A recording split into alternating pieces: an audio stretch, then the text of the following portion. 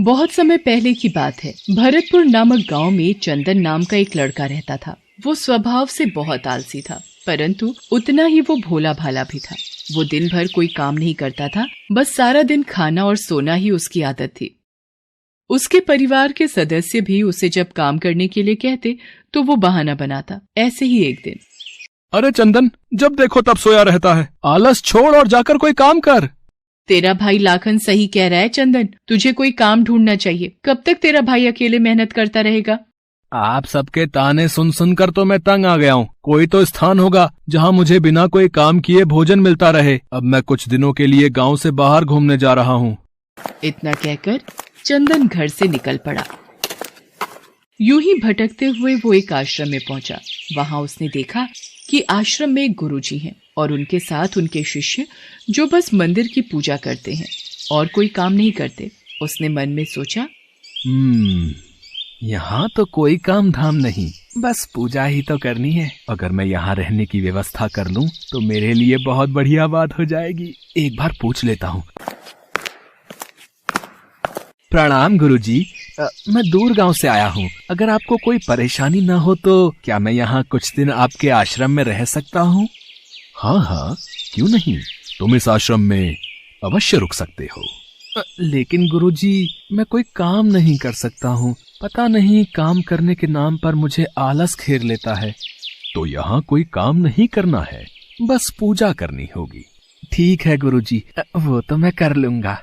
उस दिन से चंदन गुरुजी के आश्रम में रहने लगा। न कोई काम न कोई धाम, और समय पर खाने को भोजन भी प्राप्त हो जाता था। इसलिए चंदन पूजा पाठ पूरी लगन से करता था और प्रभु भक्ति में भजन गाता था। ऐसे ही चंदन को आश्रम में रहते महीना भर हो गया था। एक दिन चंदन पूजा पाठ के सभी कार्य करके जब भोजन करने रसोई में गया, अरे आज तो रसोई में खाने की कोई तैयारी ही नहीं है।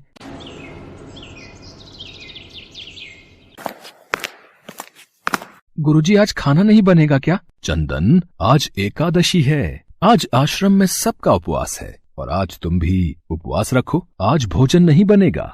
नहीं गुरुजी, अगर मैंने उपवास कर लिया तो कल का दिन नहीं देख पाऊंगा। मैंने कभी भी उपवास नहीं रखा और मैं उपवास नहीं रख सकता। मैं तो बिल्कुल भूखा नहीं रह सकता। मुझे तो बहुत भूख लगती है।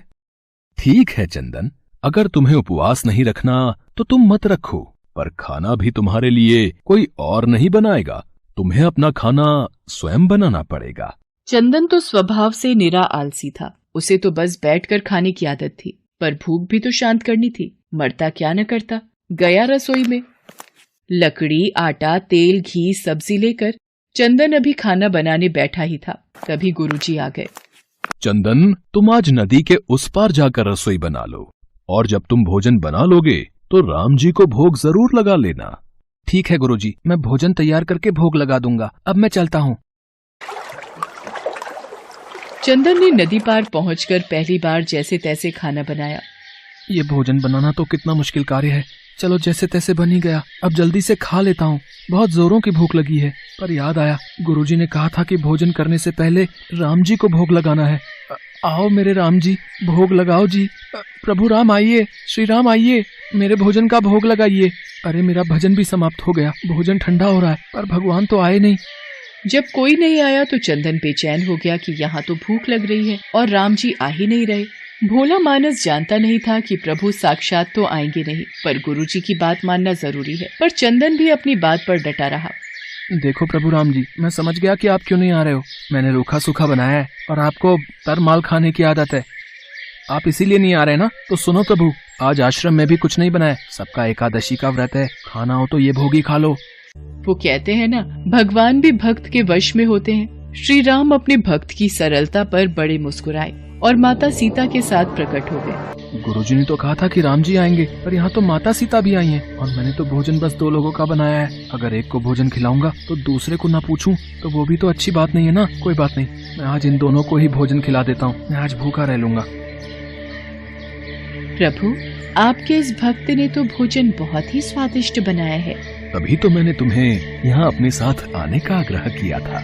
प्रभु, आप दोनों को मेरे हाथ का भोजन स्वादिष्ट लगा, ये जानकर मुझे बहुत खुशी हुई है। पर मुझे लग रहा था कि आप अकेले आएंगे, पर आप तो 2 लोग आए हैं, इसलिए मैं भूखा रह गया। पर अगली एकादशी पर ऐसा न करना, पहले बता देना कि कितने जन आ रहे हो। और हाँ, थोड़ा जल्दी आ जाना। भगवान राम चंदन की भोली भाली बातों को सुनकर मुस्कुराने लगे और माँ सीता के साथ प्रसाद ग्रहण करके चले गए। अगली एकादशी तक चंदन सब भूल गया। उसे लगा कि प्रभु ऐसे ही आते रहेंगे और प्रसाद ग्रहण करते रहेंगे, इसलिए उसने किसी को भी ये बात नहीं बताई। फिर एकादशी आई तो चंदन सोच में पड़ गया। कहीं ऐसा ना हो कि आज भी 2 लोग पधारें तो फिर मैं भूखा रह जाऊं, इसलिए आज मैं पहले से ही 3 लोगों का भोजन बना लूंगा। गुरुजी, मैं नदी पार रसोई बनाने जा रहा हूँ, पर आज थोड़ा ज्यादा अनाज लगेगा, भोजन पर 2 लोग आते हैं। लगता है तू भूख के मारे बावला हो रहा है। ठीक है, ले जा और अनाज ले जा। अब की बार चंदन ने 3 लोगों का खाना बनाया। फिर राम जी को पुकारा, प्रभु राम आइए, सीताराम आइए, मेरे भोजन का भोग लगाइए। भगवान की महिमा भी निराली है।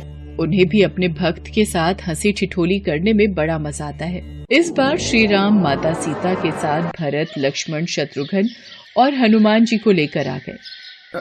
अरे ये क्या, एक का भोजन बनाया तो 2 आए, आज 2 का भोजन बनाया तो पूरा खानदान आ गया। लगता है आज भी भूखा ही रहना पड़ेगा। चंदन ने सबको भोजन खिलाया और बैठे बैठे देखता रहा। अनजाने ही उसकी आज भी एकादशी हो गई।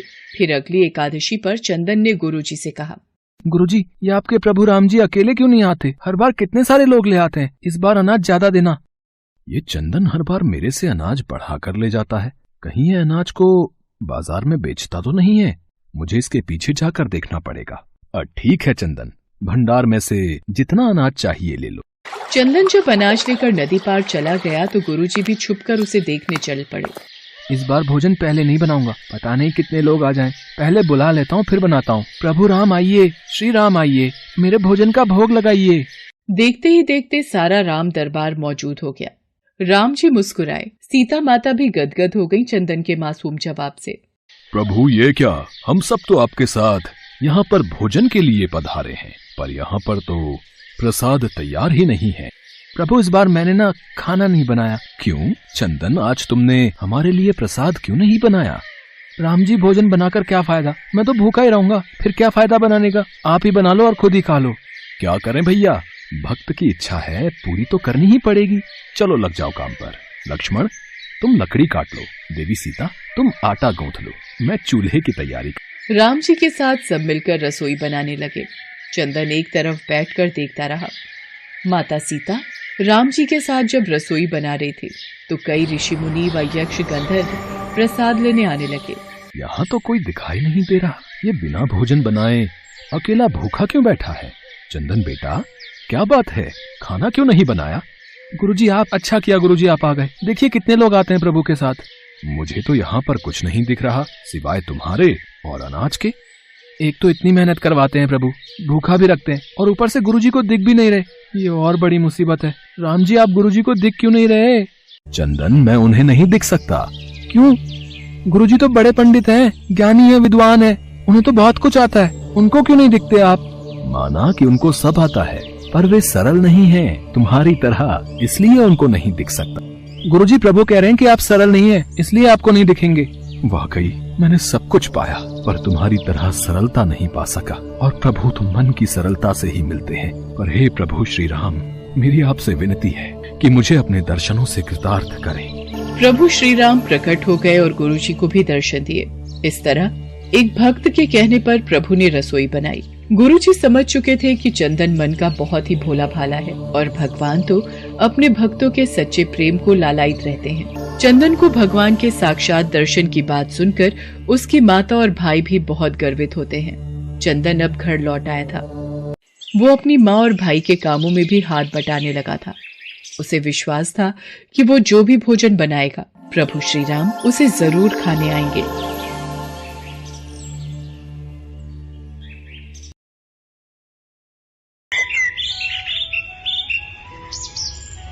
सदियों पहले की बात है।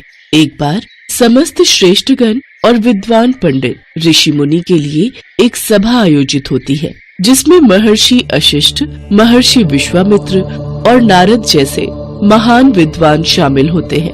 वो सभी आपस में इस बात पर चर्चा करते हैं कि भगवान राम का नाम स्वयं राम के अस्तित्व से बड़ा है।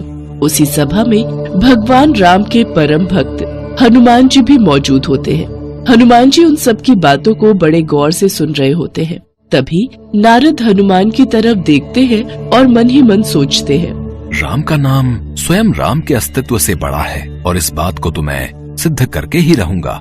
कुछ देर बाद सभा का समापन होता है। सभी ऋषिगण वहाँ से प्रस्थान के लिए खड़े होते हैं तो हनुमान जी सबके अभिनंदन के लिए खड़े होते हैं। तो नारद जी हनुमान के पास आते हैं और उनसे कहते हैं, नारायण नारायण, क्या बात है हनुमान जी, आप सभी ऋषि गणों का कितना आदर करते हैं। जैसे ही सभा समाप्त हुई आप उनके अभिनंदन के लिए उठ खड़े हुए, लेकिन एक बात आपको अजीब नहीं लगती? कौन सी बात देव ऋषि जी, आप स्पष्ट शब्दों में कहिए कि आप कहना क्या चाहते हैं। ऋषि विश्वामित्र तो एक राजा है और फिर एक राजा का ऋषि के रूप में अभिनंदन कैसा? मुझे तो ये बात ठीक नहीं लगती। हनुमान जी देव ऋषि नारद की इस बात को भली भांति समझ जाते हैं कि वो क्या कहना चाहते हैं। इसलिए जब सभी ऋषिगण वहाँ से प्रस्थान करते हैं तो हनुमान जी हाथ जोड़कर उन सब का अभिनंदन करते हैं। लेकिन ऋषि विश्वामित्र के जाने पर वो ऐसा नहीं करते, जिससे इसे अपना अपमान समझकर ऋषि विश्वामित्र बहुत क्रोधित हो जाते हैं और वो चिल्लाते हुए राम के पास जाते हैं और कहते हैं, हे राम, तुम्हारे भक्त हनुमान ने मेरे अलावा सभी ऋषि गणों का अभिनंदन किया और जानबूझकर मेरी अनदेखी की। इसका दंड तो उसे मिलना ही चाहिए। ऋषि विश्वामित्र भगवान राम के गुरु थे, जबकि हनुमान उनके प्रिय भक्त। उनके लिए दोनों ही महत्वपूर्ण थे, मगर इस संसार में गुरु का स्थान तो सबसे ऊंचा होता है। इसलिए राम विश्वामित्र के शब्दों की अवहेलना नहीं कर सकते थे। काफी सोच विचार करने के बाद राम विश्वामित्र जी से कहते हैं, हे गुरुदेव, आप ही बताएं कि इस अवहेलना के बदले हनुमान को क्या दंड दिया जाए। उनकी बात सुनकर ऋषि विश्वामित्र क्रोधित हो जाते हैं और उनके ऊंचे स्वर से समस्त सभा कांप जाती है। राम, हनुमान को मृत्यु दंड दिया जाए, मृत्यु दंड, और इसे मृत्यु दंड तुम्हारे हाथों दिया जाए, यही इसकी सजा है। अपने गुरुदेव के मुंह से ऐसी बात सुनकर राम आश्चर्यचकित हो जाते हैं और हनुमान के लिए अपार प्रेम होते हुए भी ऋषि विश्वामित्र की बात का समर्थन करने पर विवश होकर कहते हैं, हनुमान, तुम्हारा ये दंड क्षमा योग्य नहीं है, तुम्हें मृत्यु दंड अवश्य दिया जाएगा। जैसी आपकी इच्छा प्रभु, आपके हाथों मृत्यु पाना तो मेरा सौभाग्य होगा। श्री राम अपने गुरुदेव की बात का मान रखते हुए हनुमान को मृत्यु दंड देने के लिए तैयार हो जाते हैं और हनुमान जी असमंजस में पड़ जाते हैं। मगर तभी नारद उनके पास आकर कहते हैं, नारायण नारायण, राम भक्त हनुमान, मेरी मानो तो राम नाम में लीन हो जाओ। हो सकता है उनके नाम में लीन होने से स्थिति में परिवर्तन हो जाए। नारद की बात मानकर हनुमान जी जंगल के बीचों बीच एक पेड़ के नीचे बैठकर राम नाम का जप करने लगते हैं। जय श्री राम, जय श्री राम, जय श्री राम, जय श्री राम, जय श्री राम। हनुमान राम नाम में विलीन हो जाते हैं और उधर राम हनुमान को मृत्यु दंड देने के लिए वहाँ उपस्थित हो जाते हैं। विधि का विधान भी कितना अजीब है। जो अपार स्नेह का भागी है, आज उसी को मृत्यु दंड देने को विवश हूँ। भगवान राम ख्यालों में खोए हुए ही होते हैं कि तभी उन्हें अपने गुरु विश्वामित्र के अपमान का स्मरण हुआता है और वो क्रोधित अवस्था में आकर अपना बाण निकालकर हनुमान की तरफ छोड़ देते हैं, किंतु उनके बाणों का हनुमान पर कोई असर नहीं होता। ये कैसी विडंबना है, मेरे सभी बाण निष्क्रिय क्यों हो रहे हैं? हनुमान आंखें बंद करके लगातार राम नाम का जप किए जा रहे थे।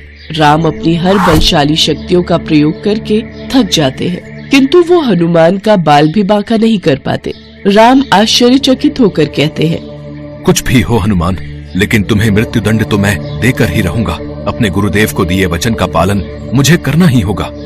इतना कहते ही राम अपना ब्रह्मास्त्र निकालते हैं और उसका प्रयोग करने लगते हैं। वो जैसे ही ब्रह्मास्त्र का प्रयोग करते हैं तो तीनों लोकों में हाहाकार मच जाता है। जमीन से ज्वालामुखी फूट पड़ती है, सागर में ऊंची ऊंची लहरें उठ खड़ी होती हैं, पर्वत ढह कर गिरने लगते हैं, जंगल में आग लग जाती है। जीव जंतु प्राणी सभी अपनी जान बचाने के लिए संघर्ष करने लगते हैं। किंतु राम नाम में लीन हनुमान अभी भी राम नाम के जप में लीन रहते हैं। उन पर ब्रह्मास्त्र भी बेअसर रहता है। राम नाम का जप हनुमान के लिए सुरक्षा कवच का काम करता है। इतनी प्रलय और राम नाम की शक्ति देख नारद ऋषि विश्वामित्र के पास जाते हैं और उन्हें सारी सच्चाई बता देते हैं। फिर ऋषि विश्वामित्र राम को अपने वचन से मुक्त कर देते हैं। नारद ये सिद्ध करने में सफल हो जाते हैं कि राम नाम की शक्ति स्वयं राम के अस्तित्व से कई गुना अधिक शक्तिशाली है।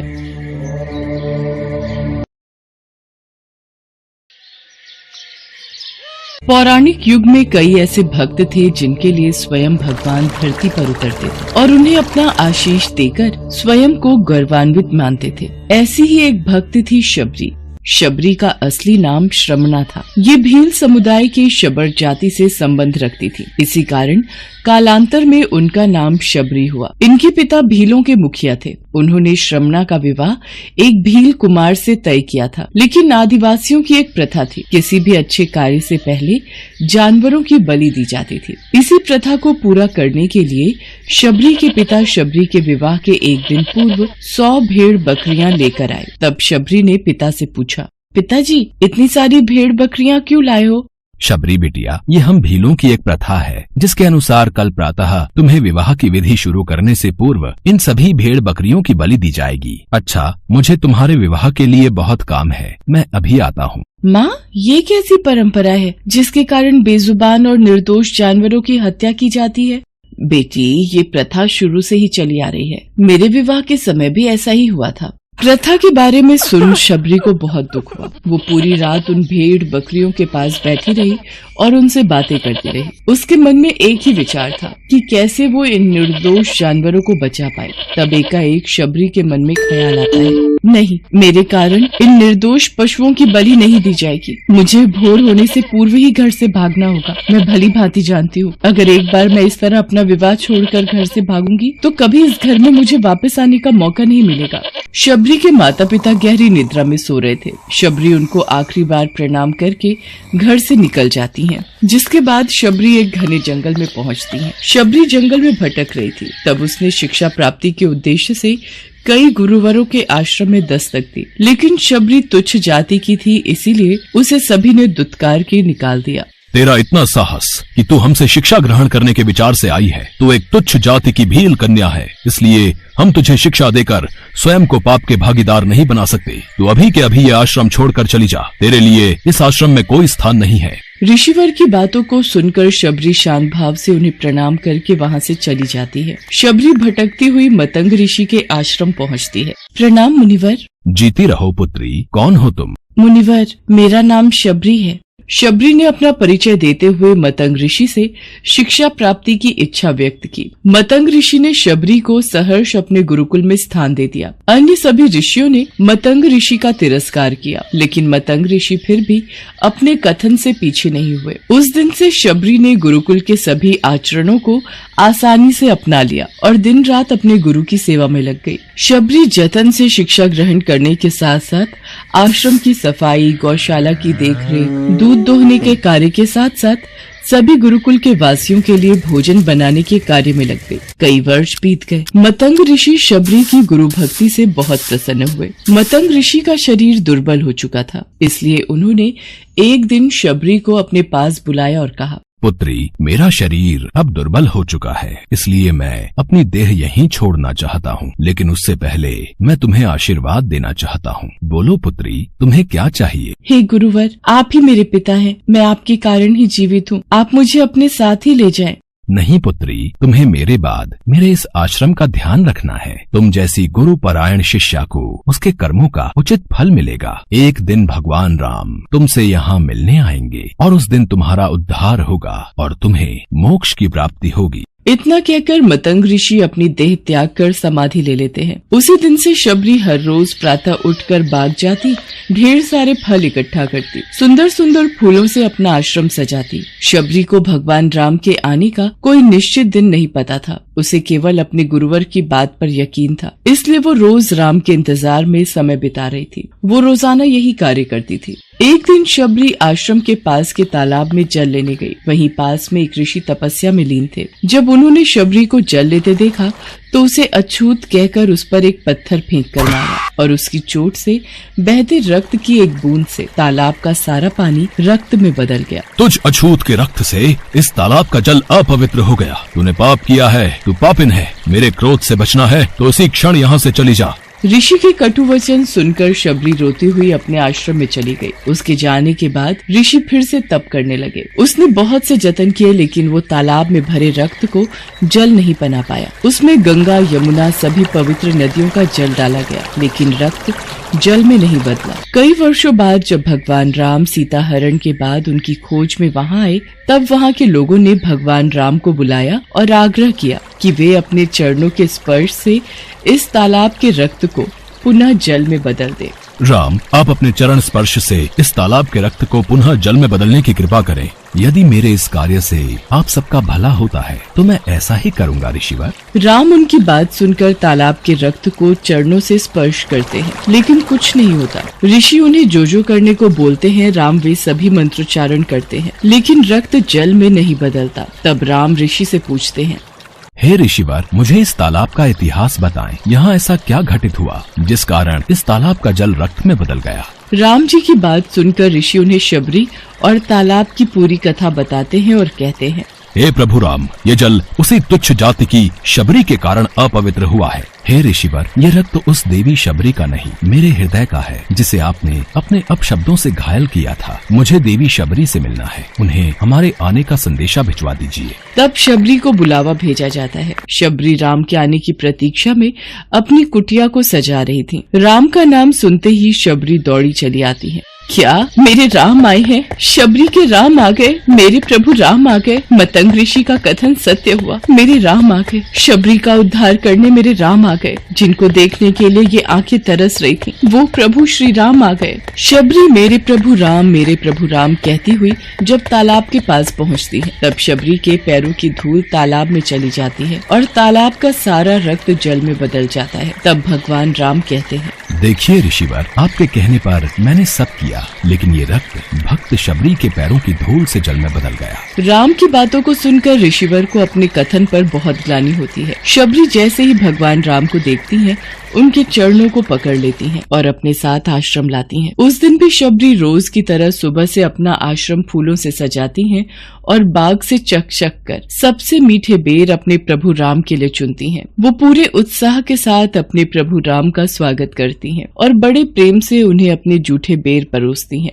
ये मीठे बेर आपके लिए बाग से लाई थी, आप ये ग्रहण कीजिए, मैं आपके लिए जल लाती हूँ। भगवान राम प्रेम से बेर खाने के लिए उठाते हैं। तब लक्ष्मण उन्हें रोक देते हैं। भैया, ये बेर जूठे हैं। इन्होंने ये सभी बेर चक्कर आपको दिए हैं। ये बेर जूठे नहीं लक्ष्मण, सबसे मीठे हैं क्योंकि इनमें माँ शबरी का प्रेम है। इतना कहकर भगवान राम प्यार से बेर को खाने लगे। भगवान ने जाते हुए शबरी माई से कहा, माँ, आप मुझसे जो चाहे वो मांग सकती हैं। प्रभु, मतंग ऋषि के कहने पर मैं आज तक सिर्फ आपके दर्शन करने के लिए जी रही थी। अब आप मुझे मोक्ष प्रदान कीजिए। मैं अपना शरीर आपके चरणों में त्यागना चाहती हूँ। और उसी क्षण शबरी ने अपना शरीर त्याग दिया। भगवान राम ने अपने हाथों से उनका अंतिम संस्कार किया और सीता माँ की खोज में आगे बढ़ गए। इस तरह से ऋषि मतंग की बात सच साबित हुई और शबरी को भगवान राम के दर्शन भी हुए। तभी से भगवान राम को शबरी के राम भी कहा जाने लगा।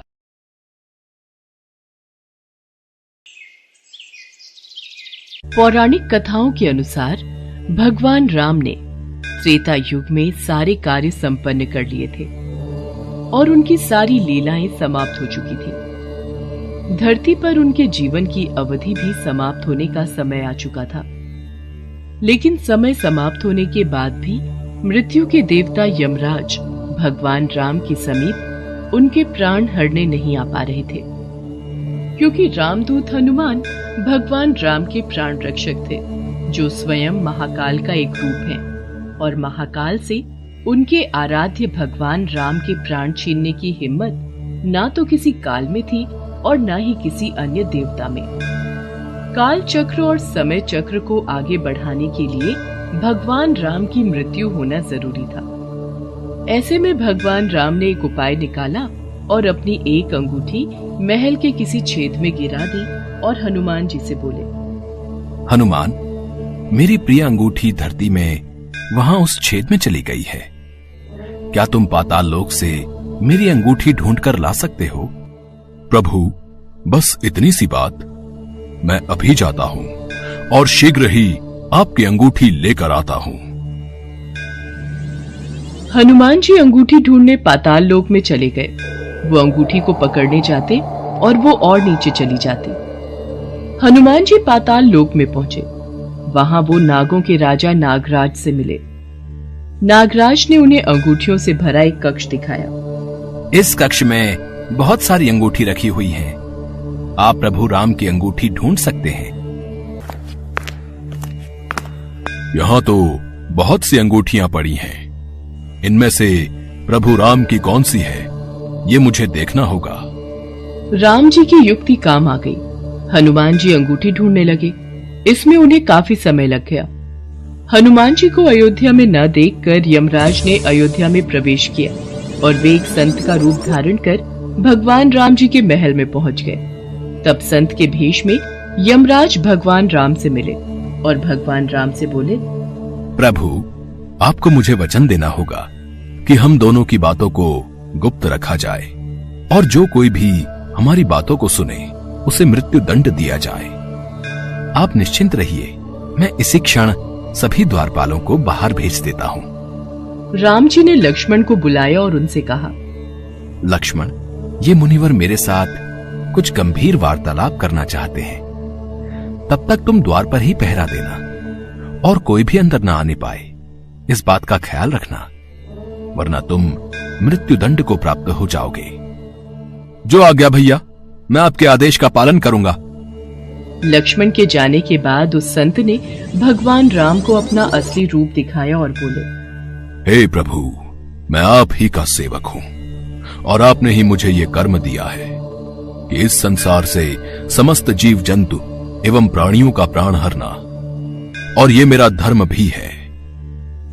मैं भगवान शिव और ब्रह्मा की आज्ञा से आपसे ये कहने आया हूं कि आपने जो अपना समय इस पृथ्वी लोक पर निश्चित किया था, वो समय पूर्ण हो चुका है और अब आपको अपने धाम लौट जाना चाहिए। इससे सभी देवी देवताओं में आपको विष्णु स्वरूप में देखकर उत्साह की लहर दौड़ जाएगी। इस पर भी हे प्रभु, आपको कुछ और समय इस पृथ्वी लोक पर बिताना है तो आप रह सकते हैं। भगवान राम तो अंतर्यामी है। वो यमराज की बातों को सुनकर मंद मंद मुस्कुरा रहे थे। भगवान राम और यमराज के बीच वार्तालाप चल ही रही थी कि इतने समय में भगवान राम के महल में दुर्वासा ऋषि आ पहुंचे। प्रणाम गुरुवर, कहिए मैं आपकी क्या सेवा कर सकता हूँ? हमें भगवान राम से मिलना है, अभी तुरंत। गुरुवर महाराज, भैया राम अभी किसी से नहीं मिल सकते। उन्होंने किसी को भी कक्ष में न आने का आदेश दिया है। मैं उनके समक्ष नहीं जा सकता। लक्ष्मण की बातों को सुनकर दुर्वासा ऋषि को क्रोध आ गया और वो श्राप देने लगे। मेरा इतना घोर अपमान! अगर मुझे राजा राम से नहीं मिलने दिया गया तो मैं पूरी अयोध्या नगरी को अपने श्राप से जलाकर भस्म कर दूंगा। अगर मैं इन्हें भैया के महल में जाने दूं तो सिर्फ मुझे ही मृत्यु दंड मिलेगा, लेकिन अयोध्या नगरी तो बच जाएगी। गुरुवर, मैं भैया को आपके आने की सूचना देकर आता हूँ। लक्ष्मण भगवान राम के कक्ष में चले गए। लक्ष्मण को सामने देख भगवान राम चौंक गए और यमराज अंतर ध्यान हो गए। राम जी दुखी हुए कि एक राजा होने के नाते उन्हें लक्ष्मण को मृत्यु दंड देना होगा। राम जी ने अपने कुलगुरु से इस विषय में वार्तालाप किया। राम, किसी अपने का त्याग करना भी मृत्यु दंड के बराबर है, इसलिए तुम लक्ष्मण का त्याग कर दो। लक्ष्मण ने गुरुदेव और राम जी के बीच हुआ वार्तालाप सुन लिया और वे श्री राम से बोले, भैया आप मेरा त्याग मत करना, मैं ये सहन नहीं कर पाऊंगा। आपके वचन का पालन करते हुए मैं स्वयं ही अपने शरीर का त्याग कर दूंगा। लक्ष्मण ने अपने भ्राता श्री राम का वचन निभाने के लिए अयोध्या की सरयू नदी में समाधि लेकर शेषनाग का रूप ले लिया और फिर भगवान विष्णु के निवास स्थान क्षीर सागर में जाकर उत्पन्न हो गए। उसके बाद भगवान राम भी लक्ष्मण के वियोग में थे। उन्होंने भी सरयू नदी में जाकर जल समाधि ले ली और अपने परम धाम को चले गए। उसके पश्चात हनुमान जी जब अंगूठी लेकर वापस लौटे तो प्रभु राम को महल में ना पाकर हनुमान जी बहुत दुखी हुए। प्रभु, आपने जानबूझकर मुझे पाताल लोक में भेजा था ताकि मैं आपको रोक ना सकूं।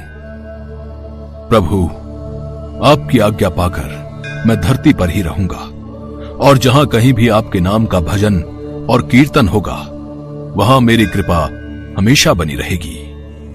हनुमान जी को भगवान राम जी से अमरता का वरदान प्राप्त है, इसीलिए कहते हैं कि आज भी जहां कहीं पर भी भगवान राम के नाम का भजन कीर्तन होता है वहां हनुमान जी अवश्य आते हैं और भक्तों को अपना आशीर्वाद देते हैं।